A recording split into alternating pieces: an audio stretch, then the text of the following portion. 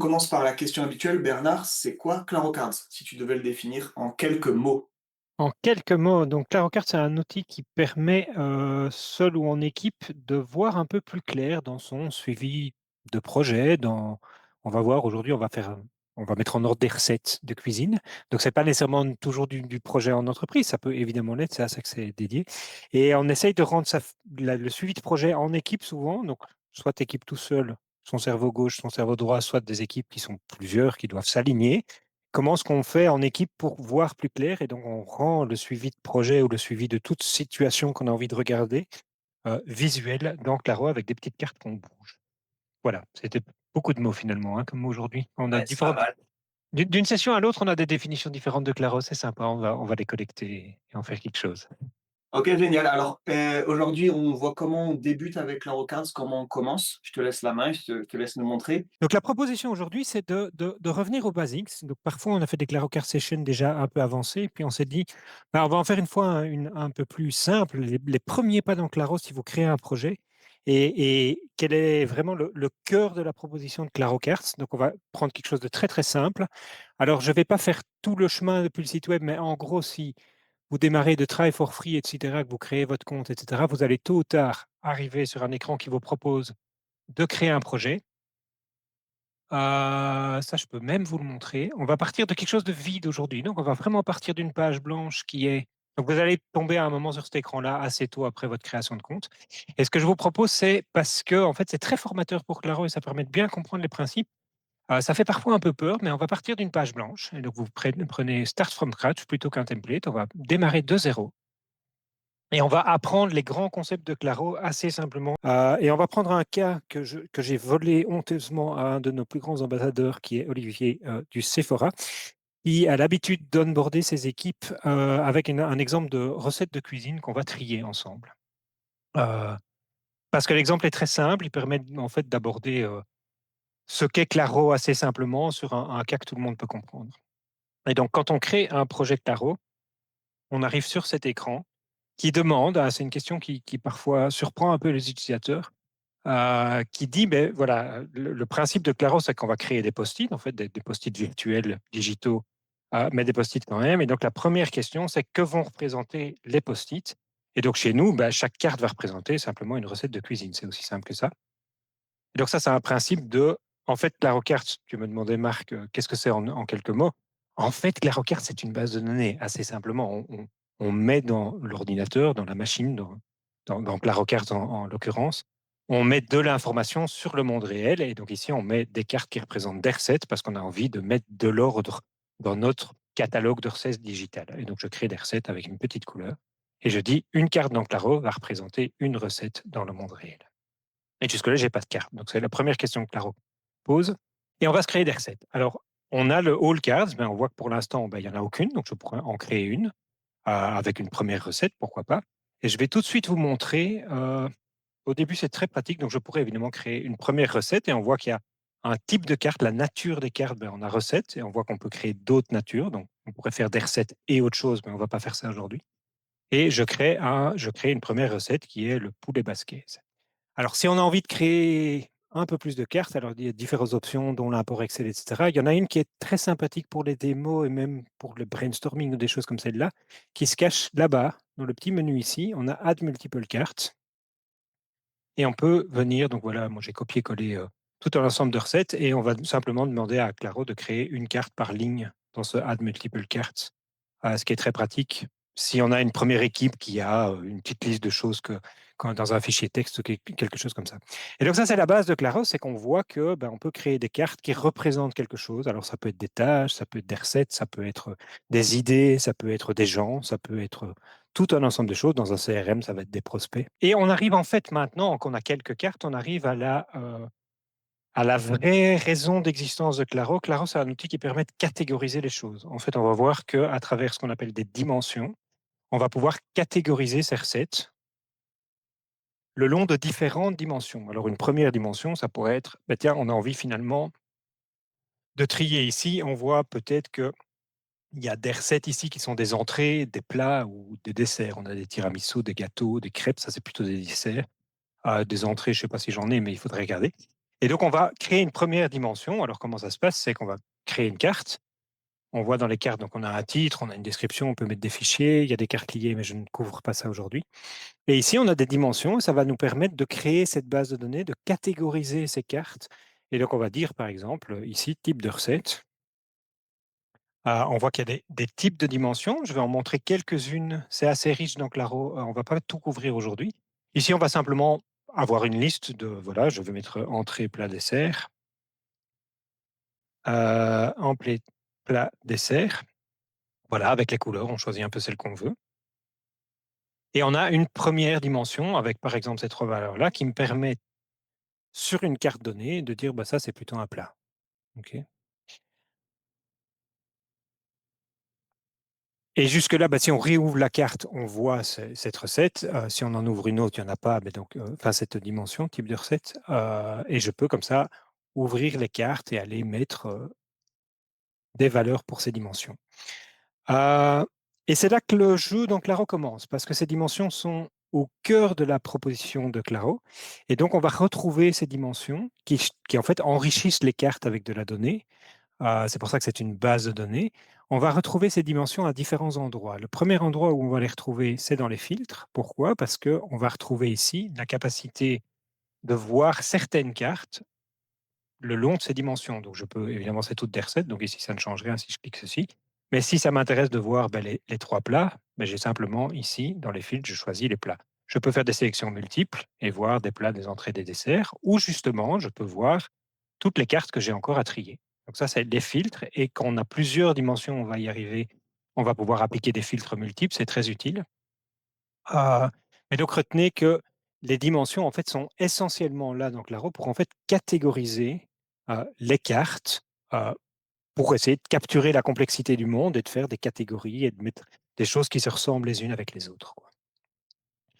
Deuxième endroit du coup où on va retrouver ces dimensions, c'est dans la présentation dans l'espace, j'ai envie de dire, des cartes. Donc ici on voit des grilles. On a d'autres visualisations. Une qui est la plus utilisée, c'est ce qu'on appelle le Kanban, mais une organisation en colonne, on va appeler ça. Et ici, dans l'organisation en colonne, on peut choisir la dimension, donc la catégorie, si vous voulez, qui va définir les colonnes. Donc, si je dis, je veux voir mes recettes par type de carte, ben, je vois toutes mes recettes ici. Si je dis, je veux voir mes recettes par type de recette, je me retrouve avec entrée, plat, dessert, les trois qu'on avait déjà catégorisés, et les autres. Et là, c'est sympa parce qu'on peut commencer à, en fait, gagner un peu du temps, et plutôt que de devoir ouvrir les cartes pour aller mettre la valeur de la dimension, on peut glisser les cartes et on peut même faire des sélections multiples en disant, ben, moi, je vais prendre tout ceci et je vais aller les mettre là-bas. Et donc, c'est une première vue qui permet à la fois de voir les données, mais aussi de modifier les données en disant, ben, la salade niçoise, c'est plutôt là, la lasagne là, peut-être le curry de crevettes est là, etc., etc. Et donc, il y a toujours ici dans les menus, il y a toujours des sélections multiples qui ouvrent ceci, qui permet de dupliquer des cartes, d'archiver des cartes, de les supprimer, de changer plusieurs dimensions. Donc ici, bah là, pour l'instant, j'en ai que deux, donc je ne saurais pas le faire. Mais si ici, je viens dire, tout ça, c'est des plats, hop, on a catégorisé nos cartes un peu efficacement dans Claro. Voilà. On a un board d'ailleurs, les boards, donc les tableaux de bord ici. On a une visualisation tout à fait particulière si on avait non pas 3 valeurs, mais 15 valeurs ou quelque chose comme celle-là, qui s'appelle le Casino Board et qui est très sympa. Je vais en remettre une là, tiens. Hop. Dans le Casino Board, en fait, on voit ça. En fait, c'est exactement le même principe, mais c'est un petit peu plus ludique et on a plus de cases. Donc, si on a une grande dimension avec beaucoup de valeurs, ça nous permet de les voir une par une et de dire, ah ben, celle-là, je vais plutôt la mettre là-bas. Ou celle-là, je ne sais pas, je vais en remettre deux.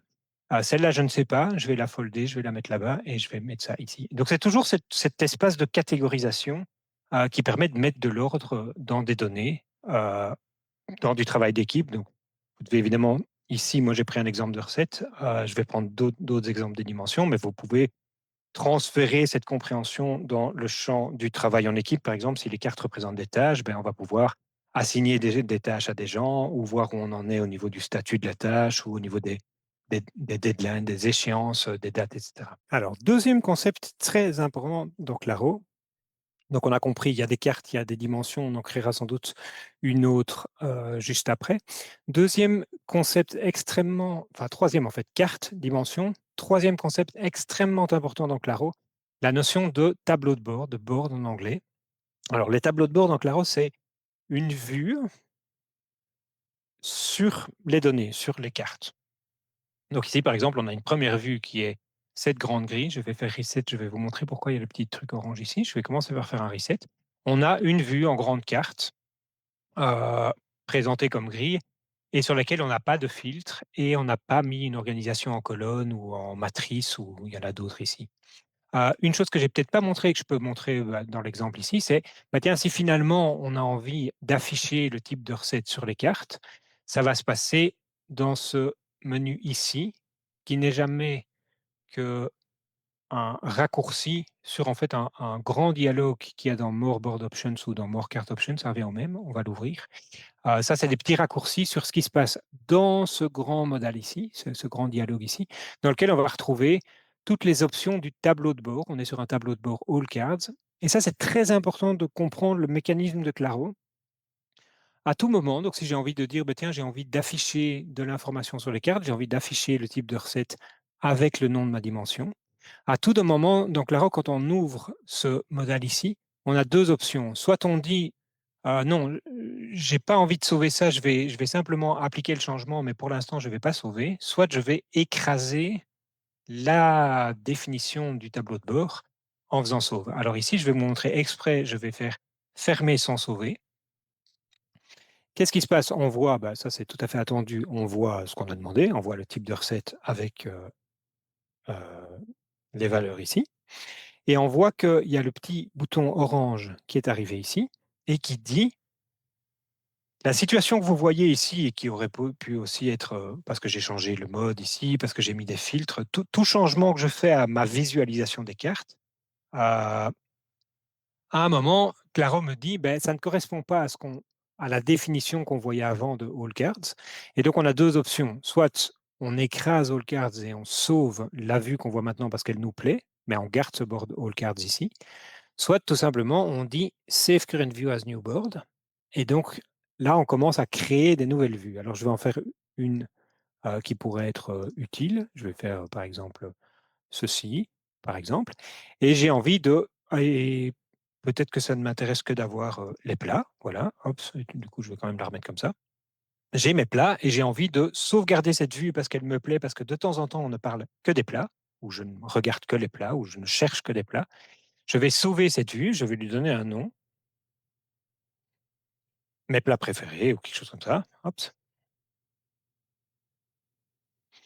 Et si je sauve ça, assez simplement, Claro a créé cette vue là-bas, qui n'est jamais, comme je viens de le dire, une vue sur l'ensemble des cartes, une vue particulière qu'on a configurée pour ne montrer que les plats en disant que c'est des plats. Et donc si je repars dans All Cards, on va retrouver ma vue de tout à l'heure, avec les cartes sans rien ici et sans aucun filtre. Et si je vais sur mes plats préférés, on voit que Claro a conservé le fait que j'ai mis des filtres et ma sélection et le fait que j'ai affiché ici. Donc voilà, ça c'est le troisième grand concept. Donc on a vu les cartes, les dimensions qui donnent accès aux filtres, à l'organisation dans l'espace et qui bien entendu enrichissent les cartes avec de l'information structurée.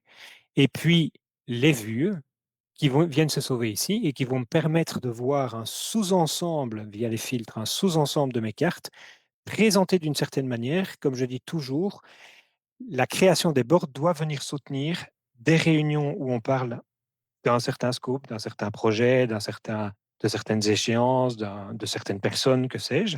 Euh, et donc, on va créer comme ça des tableaux de bord pour des réunions, pour des objectifs particuliers qu'on a envie d'atteindre, ou tout simplement pour voir un sous-ensemble des données, pour chercher plus facilement, pour trouver, voilà. Donc il y a une vraie à la fois créativité et organisation à avoir en disant, ben, je vais me créer, ou moi ou pour mon équipe, je vais créer comme ça des boards différents qui montrent une partie de la situation différente, mes plats versus mes entrées. Si j'ai envie de faire un autre board avec mes entrées, parce que souvent, en fait, quand je cherche, quand je cherche une entrée, ben, comme ça, j'ai directement un accès à mes recettes qui ne sont que des entrées. Si je cherche un plat, j'ai directement un accès aux recettes qui ne sont qu'un plat. Mais ça ne m'empêche pas, à tout moment, et je peux aussi sauver ce board dans cet état-là, de dire, ben, tiens, à un moment, j'ai envie d'avoir quand même un endroit où je vois toutes mes cartes, toutes les entrées, tous les plats, tous les desserts, euh, en version un peu compacte parce que ça me permet de voir un peu l'ensemble. Et donc ici, je peux sauver ce board et dire, ben, mon whole card, je vais le garder comme ça, je vois un peu toutes mes cartes, j'ai un aperçu direct, mais si je veux plus d'infos sur les entrées ou plus d'infos sur les plats préférés, je peux avoir des tableaux de bord dédiés. Voilà, ça c'est le cœur de la proposition de Claro, c'est on crée des cartes, on les organise le long d'une ou plusieurs dimensions, on catégorise, et puis grâce à ces catégories, grâce aux filtres et à la vision dans l'espace, on présente l'information à différentes personnes ou pour différents moments de travail dans l'entreprise, en choisissant bien ces vues ici, ces tableaux de bord. Voilà, alors si on veut aller un petit peu plus loin, ce que je vous propose, c'est assez simplement d'aller voir un peu ce qui se cache comme autre type de dimension. Alors pour ça, alors on a vu tout à l'heure qu'on pouvait créer des dimensions par ici et qu'il y avait un type de dimension là. Et donc on voit track a number, track a date. Donc il y a tout un ensemble de choses. Je vais en donner un mot maintenant. Si vous cherchez un moment à reprendre du recul et de voir un peu où c'est quoi mon modèle de données, on appelle ça quelle est la structure de ma base de données Claro.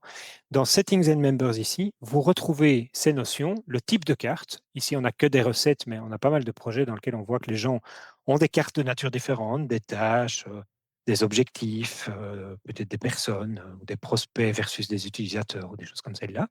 Donc, on a un type de carte, on a des dimensions de base, et il est marqué ici, les dimensions de base, c'est assez simplement de l'information qu'on met manuellement sur les cartes, soit en ouvrant la carte, comme je l'ai montré, en mettant dans l'espace des dimensions, en choisissant une valeur, soit tout simplement parce qu'on déplace les cartes et alors qu'on déplace les cartes, on crée de l'information ou on modifie de l'information sur les cartes. Ça, c'est les dimensions de base. Et donc, une des choses qu'on peut faire ici, donc on retrouve ici celle que je vous montrais tout à l'heure, on pourrait par exemple faire quelque chose comme un nombre qui dit le temps de préparation, quoi. En disant, ben, sur mes cartes, en fait, oui, ça, il n'y a pas vraiment besoin. Hop. Sur mes cartes, j'ai envie de savoir un peu, est-ce que ça met plus ou moins de temps de préparer la recette. Je peux aussi créer ici des dates. Mais ici, dans ce cas-ci, je ne vois pas trop. Depuis quand je connais cette recette. Oups, par exemple. On va faire différents exemples comme ça. On les a, on peut aller voir ce que ça donne dans Claro. Et alors, une dimension dans les dimensions de base qui est très utile. On peut évidemment avoir un champ tout à fait libre, pas des listes, mais un champ tout à fait libre, je ne le mets pas. Des dimensions tout à fait utiles, c'est les deux ici. Track a progress, c'est une dimension un peu spéciale, c'est une liste quelque part comme une autre, mais Claro la connaît et va calculer des temps de parcours. C'est par exemple pour savoir, tiens, cette recette, est-ce que c'est une idée que j'ai mais je ne l'ai jamais faite? Est-ce que je la teste? Bon, sur les recettes, je dis pas que c'est. Ou est-ce que c'est une recette habituelle, c'est mon habitude, je sais la faire, je sais comment ça marche et donc je ne prends pas de risque. Si je prends mes recettes où je suis habitué, je ne prends pas risque. Si j'ai des invités, je peux aller dans mes habitudes et pas trop tester avec mes invités. Et donc on va pouvoir plier des cartes comme ça. Dans des projets en entreprise, c'est plutôt ben, des idées à faire, sur quoi on travaille, qu'est-ce qui a été fini, qu'est-ce qui est presque fini ou des choses comme celle-là. Et une dimension qui est très utile aussi, c'est le membre de l'équipe, par exemple, une personne responsable. Bon, pour Merced, j'ai pas trop d'exemples. Je vous montre juste ce que ça fait dans Claro. Quand on crée des responsables comme ça, on voit des valeurs qui apparaissent et qui sont les membres.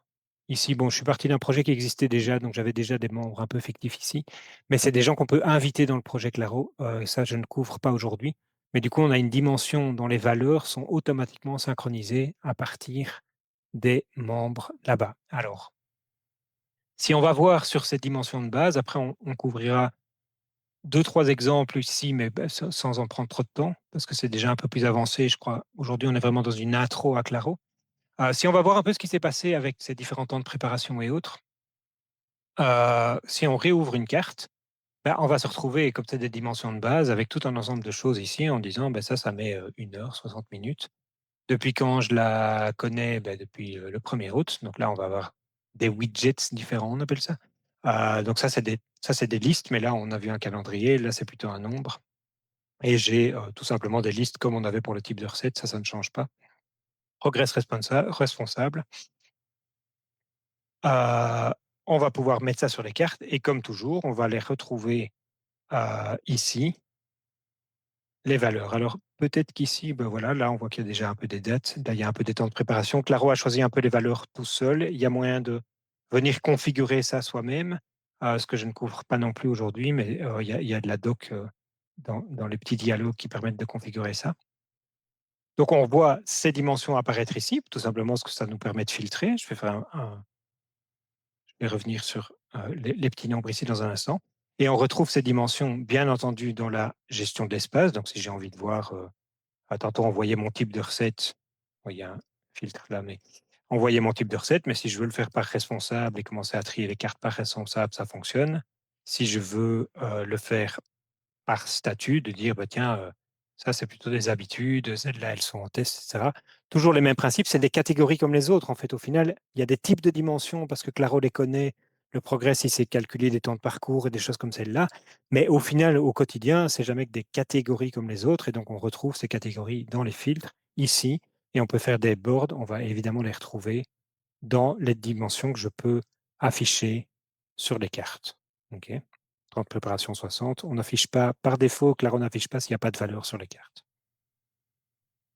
Hem, voilà et donc si je prends même par date ou des choses comme celle-là, c'est toujours le même principe, c'est un peu plus spécial sur les nombres et les dates. Si je fais depuis quand, ben, on voit que les catégories, c'est soit des jours et donc là, je peux jouer, ça peut être des semaines, ça peut être des mois.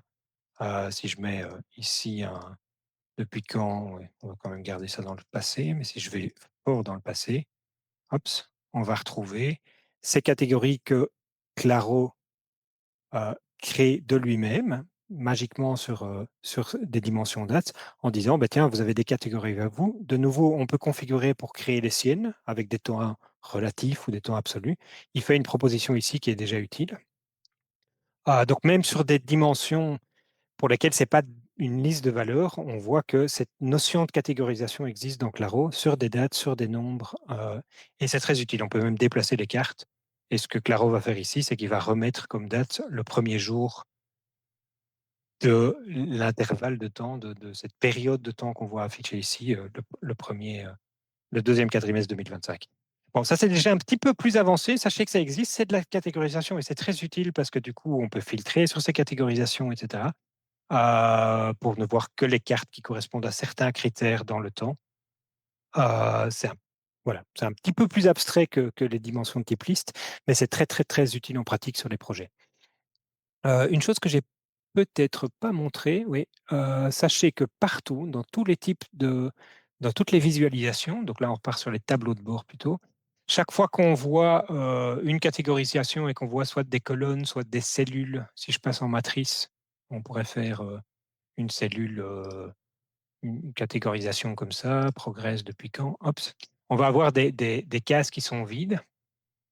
Voilà, on a parfois des vues comme ça qui sont un petit peu trop grandes parce qu'il y a beaucoup de cases vides. Il y a toujours dans le menu ici, dans toutes les vues, ça existe, le Hide Empty Columns or Rows qui dit, ben, en fait, je veux pas de catégorie vide et donc ça va à chaque fois compacter la vue comme ça. Pour nous permettre de ne voir, en fonction des filtres qu'on choisit là-bas, de ne voir que ce qui a du sens, quoi. Et donc ça va à chaque fois compacter les vues, ça permet en réunion de se balader et de savoir que l'écran est pas trop grand. Claro va toujours montrer uniquement ce qui a en fait du sens, là où il y a au moins de l'information au sein des cellules ou au sein des colonnes ici, où, où on peut voir si je mets pas responsable, ou ici, on ne voit que les responsables qui ont une carte, alors que si je réenlève ceci, hop, on voit aussi les catégories, ici les responsables qui, en fait, pour l'instant, n'ont pas de carte. Et donc, c'est vrai dans toutes les vues Claro, chaque fois que vous trouvez qu'il y a trop de vide, ben, pensez à aller simplement activer. Hop, là, il y a moins de vide. Alors, je vais doucement m'arrêter là. Il y a évidemment plein, plein, plein d'options. Je vais juste terminer un petit peu avec pour ouvrir un peu les chakras, sachez que ça existe, mais c'est déjà un peu plus avancé. On a des dimensions un peu plus avancées. Ici, c'est tout ce qui est calcul. Donc, on peut créer on peut calculer des nombres, calculer des dates, calculer des intervalles, savoir quand une carte a été déplacée le long d'une dimension progresse. C'est ce que je rappelais tout à l'heure, calculer des temps de parcours ou ce genre de choses. On a on peut demander aux gens de donner leur opinion sur des cartes et suivre ça comme des dimensions. Je ne couvre pas, je donne pas d'exemple ici parce que c'est pas l'idée, mais sachez que ça existe et n'hésitez pas à demander à l'équipe support de venir donner un coup de main si vous voulez les utiliser ou vous aider à comprendre ce que ça fait. On a des liens entre cartes, donc c'est des dimensions aussi qui vont nous permettre de créer voilà, des cartes dans des cartes. En fait, on a des exemples comme ça. Et alors, ça, je vais peut-être les montrer. Il y a ce qu'on appelle des dimensions système. C'est de l'enrichissement de données sur les cartes, mais non pas sur des données qu'on va choisir nous manuellement, mais des données que Claro connaît. Donc, par exemple, si je veux à un moment savoir qui a créé la carte ou quand une carte a été créée ou quand elle a été dernièrement modifiée, je vais prendre la carte de date de création, mais vous allez voir que ça va être assez trivialement aujourd'hui, évidemment. Avec déjà des configurations ici, voilà. Si je vais dans mes cartes, je vais retrouver même sur des dimensions système, alors que c'est pas moi qui ai mis sur la carte une date ici, mais Claro va me permettre quand même de voir ici, ben tiens, quand est-ce que j'ai créé la carte? Ben, c'est toutes des cartes qu'on a créées aujourd'hui, donc c'est normal qu'elles soient toutes là. Et le long de ces dimensions système, que ce soit des dates, qui est le créateur de la carte, etc., c'est des dimensions comme les autres, ce qui veut dire que tout ce que j'ai expliqué aujourd'hui sur ces catégories qui en fait soutiennent ces dimensions, implémentées par ces dimensions, ces catégories, vous allez pouvoir faire, par exemple, une vue en colonne par date de création, et on voit qu'elles sont tous là. Là, évidemment, je ne peux pas déplacer mes cartes, ça n'a pas de sens sur les dimensions système, mais ça permet quand même d'organiser et de montrer dans l'espace sur des informations que Claro connaît de base sur les cartes, la date de création, qui l'a créée, quand est-ce que ça a été dernièrement modifié, quand est-ce qu'on a pu déplacer une carte le long d'une dimension ou des choses comme celle-là. C'est toutes des choses que la reconnaît et on en ajoute parfois de nouvelles en fonction des besoins et de ce que les utilisateurs nous remontrent. Un très bon exemple, je vais vous montrer quand même un exemple de dimension système. C'est un très bon exemple de dimension. Si à un moment, je me dis, bah, moi, il y a des recettes que je ne fais plus, alors je pourrais supprimer les cartes, mais je peux aussi les archiver. Et du coup, par défaut, si je les archive, elles vont disparaître de tous les tableaux de bord par défaut. La notion d'archivage dans Claro, alors c'est un grand principe dans Claro, c'est que toute information sur les cartes, normalement, est une dimension. On essaie de ne jamais violer ce principe-là. Et donc, cette notion d'archivage, en fait, quand je commence à archiver des cartes, c'est simplement une dimension système où Claro a deux valeurs, oui et non, archivé, pas archivé. Ici, toutes les valeurs, évidemment, même celle-ci, vous pouvez, euh, vous pouvez modifier les labels hein, comme vous voulez, non archivés. Ça, il n'y a pas de souci pour que ça corresponde à votre vocabulaire. C'est quelque chose qu'on dit souvent chez Claro, c'est que le but de tout ça, c'est que vous puissiez changer tous les petits noms et toutes les choses pour que quand vous regardez euh, un tableau de bord, que la majorité de l'interface soit en fait votre vocabulaire. C'est vous qui avez choisi tous les petits noms ici. Et donc, si même, donc je reviens sur ma dimension archivée, c'est une dimension système, mais c'est une dimension comme les autres. Et donc, je vais pouvoir la retrouver à différents endroits. Alors, par défaut, justement, c'est un endroit où Claro ne montre pas par défaut. Donc là, on va devoir exprès aller la chercher. Donc ici, je peux choisir ce que je vois comme dimension dans la barre ici. Et c'est très utile de choisir ici, ben, tiens, qu'est-ce que j'ai envie de voir? Et donc là, je vais pouvoir, par exemple, aller, je vais vous montrer le responsable, le progress, pourquoi pas, le type de recette. Et on va aller chercher cet archivé. Ce qu'on voit en fait avec cette dimension spéciale, c'est que par défaut, Claro ne montre que les non archivés. Ce qui est exactement ce qu'on souhaite, c'est que par défaut, dans tous les tableaux de bord, Claro ne va pas montrer les cartes archivées, mais c'est une dimension comme les autres. Donc, ça veut dire que je peux aussi décider de justement afficher les archivés ou les non archivés et utiliser cette dimension comme toute autre dimension. Si j'ai envie de faire une organisation en colonne par carte archivée ou pas, ben je peux archiver ou désarchiver des cartes assez simplement comme celle-là en changeant d'avis ou voilà. Donc il y a cette possibilité d'archivage naturel à travers le bouton archive et désarchive. Mais en fait, sachez que, et c'est un très bon exemple, c'est une dimension comme une autre, c'est une dimension système peut-être, mais c'est une dimension comme une autre. Donc tout ce qu'on peut faire sur une dimension normale, le type de recette montré en colonne, on peut le faire sur la dimension archivée et sur d'autres dimensions système qui existeraient dans Claro. Voilà, ça vous donne un aperçu de ce qu'est Claro. On crée des cartes, on a des dimensions de base, des dimensions système, des dimensions peut-être calculées. On organise toutes ces dimensions en fait, permettent de catégoriser l'information et de la visualiser d'une certaine manière qui correspond aux objectifs, aux réunions, aux discussions qu'on doit avoir seul, cerveau gauche, cerveau droit, ou à plusieurs en équipe en partageant ça en réunion, etc. Voilà, je crois que je vais m'arrêter là parce que c'est déjà une belle introduction à Claro et en particulier à ces dimensions qui sont tout à fait spéciales chez Claro, qui n'existent dans aucun autre logiciel dans cette formule-là. Et je laisse la parole à Marc pour gérer les questions éventuelles que vous auriez. Merci beaucoup Bernard pour la présentation. Et Nawal elle propose sur l'exemple des recettes, de le faire évoluer. Elle dit par exemple, j'ouvre un resto, j'ai un menu avec autre chose que des plats avec recettes, mais j'ai une équipe, des prix, des notions différentes. Est-ce qu'on peut faire ça dans Claro Cards et est-ce que tu peux nous faire goûter simplement, comment on rajoute, ce genre d'infos éventuellement? Tout à fait, mais donc c'est toujours le même principe, hein, donc là-haut finalement, si on a une notion d'équipe, tout va, la question va se poser comment est-ce qu'on capture ça à travers des dimensions. Donc une des choses qu'on peut faire, c'est créer une dimension équipe avec l'équipe A et l'équipe B. Euh, Moi, je connais pas exactement, j'ai pas lu le commentaire de Nawal, mais si j'ai équipe A, équipe B, et que je peux ici venir trier mes cartes, je le fais vite, mais par équipe, et que je sais ben, que ça c'est plutôt ça c'est plutôt des connaissances de l'équipe A, des connaissances de l'équipe B, etc. Je vais faire ça. Hop. Ah oui, non, c'était pas vraiment ça que je voulais faire. Ouais.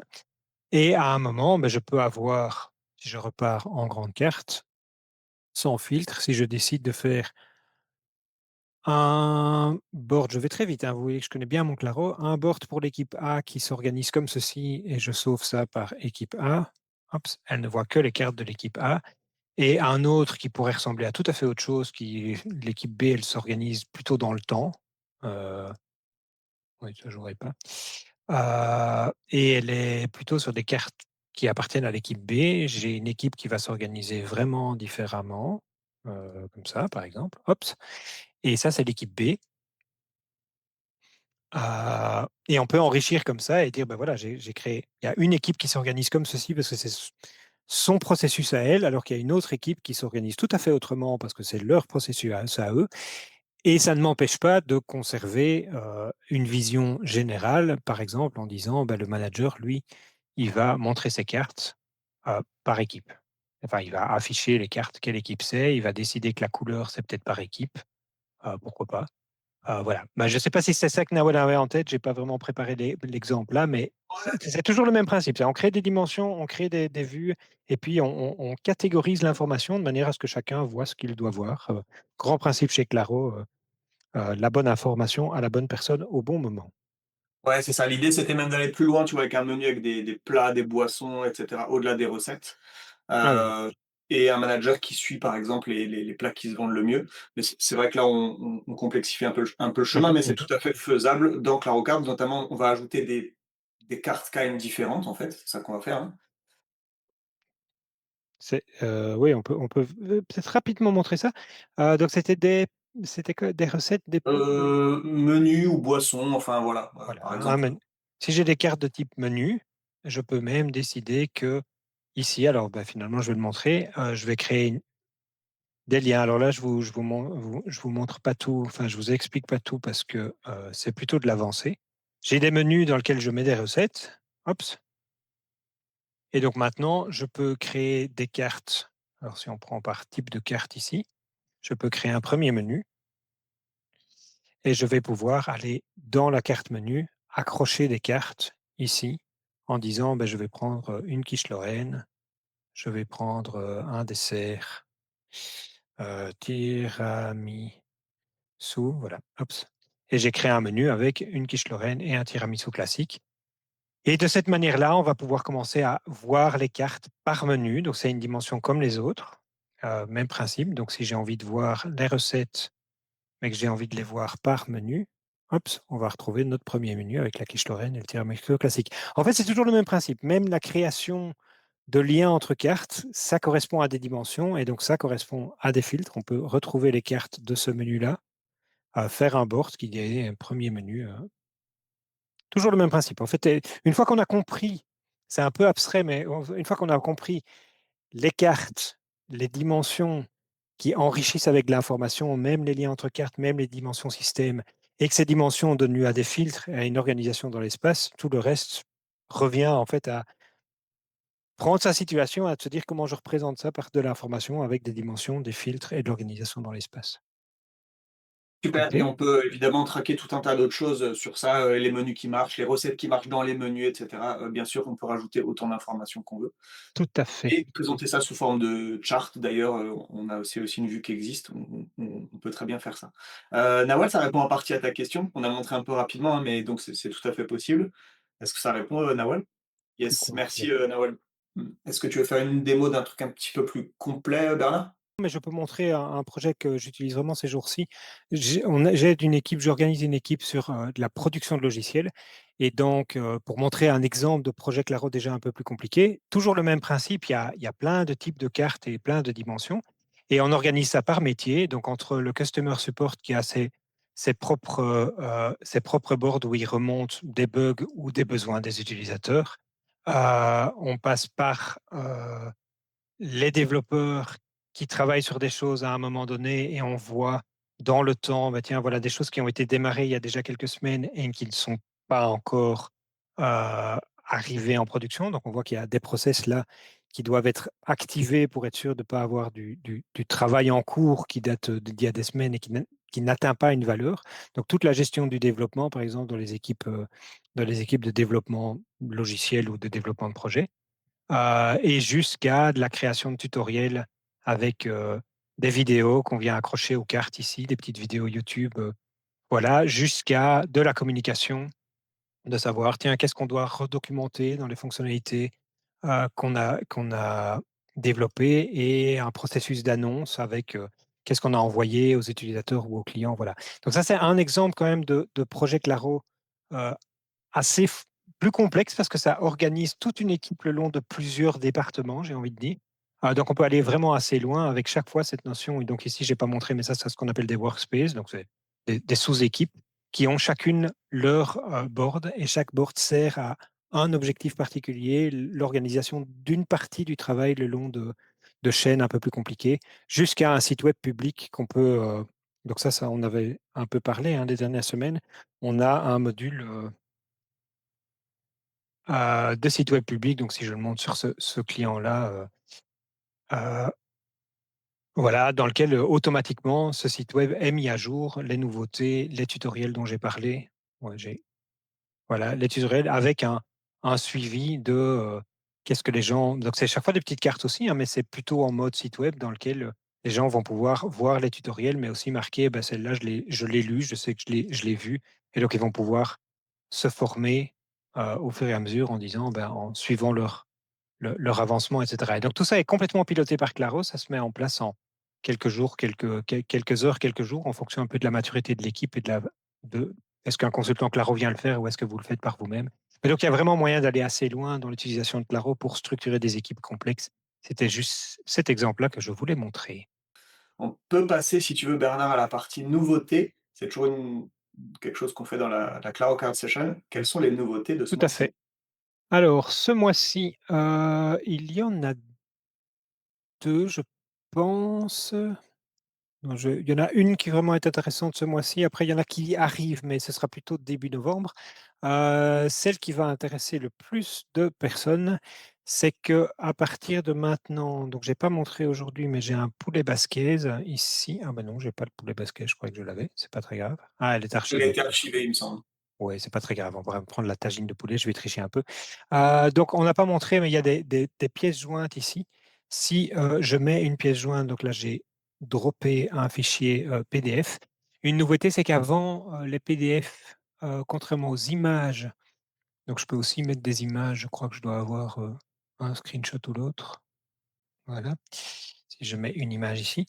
Donc on avait déjà une galerie pour les images comme ceci qui permettent de passer d'image en image. On a maintenant un viewer de PDF pour les personnes qui, mettent des PDF dans Claro, qui ne doivent plus le downloader pour, voir le PDF, mais peuvent directement, heu, l'observer ici, passer de page en page. Alors il se fait qu'ici ma petite, mon petit PDF que j'ai honteusement piqué sur paprika.fr que je conseille à tout le monde. Mais donc voilà, si vous décidez que chaque recette a un PDF attaché aux cartes, vous pouvez les visualiser directement dans Claro de cette façon-là. Donc c'est beaucoup plus pratique pour tous ces gens. Et je connais d'ailleurs quelqu'un qui suit des recettes avec des PDF et qui sera très content de savoir que ça existe. Voilà, ça c'est une nouveauté et il y en a une deuxième qui arrive, mais que je ne sais pas montrer parce qu'elle arrive dans 2 3 jours. C'est que pas mal d'utilisateurs nous ont demandé de pouvoir, ordonner leurs équipes, leur workspace ici et donc à partir de maintenant, vous pouvez de la même façon que dans les dimensions, vous pouvez ordonner les dimensions comme ceci, c'est désormais possible de le faire dans les workspaces. Il y a une nette amélioration de la notion d'équipe et de sous-équipe, dans les menus ici qui va arriver dans les prochaines semaines, mais qui n'est pas encore tout à fait prête, mais c'est ce sur quoi on travaille actuellement. Trop bien et on en parlera dans la newsletter de novembre. On Exact présentera toutes ces nouveautés comme à chaque fois. exactement. Je voudrais finir cette Claro Card Session déjà en vous remerciant d'avoir été là, en remerciant tous ceux qui vont regarder le replay aussi. On va remettre ça un tout petit peu en ordre, dans un ordre un peu logique et puis je vais publier ça. N'hésitez pas à nous contacter, hein, on est toujours joignable, donc pour des cas d'utilisation, si vous bloquez sur des fonctionnalités, si on a montré des choses mais que c'était pas clair, vous ne savez pas refaire ou vous vous posez d'autres questions, bah, vous savez que l'équipe Customer Success est toujours à votre disposition, donc n'hésitez pas.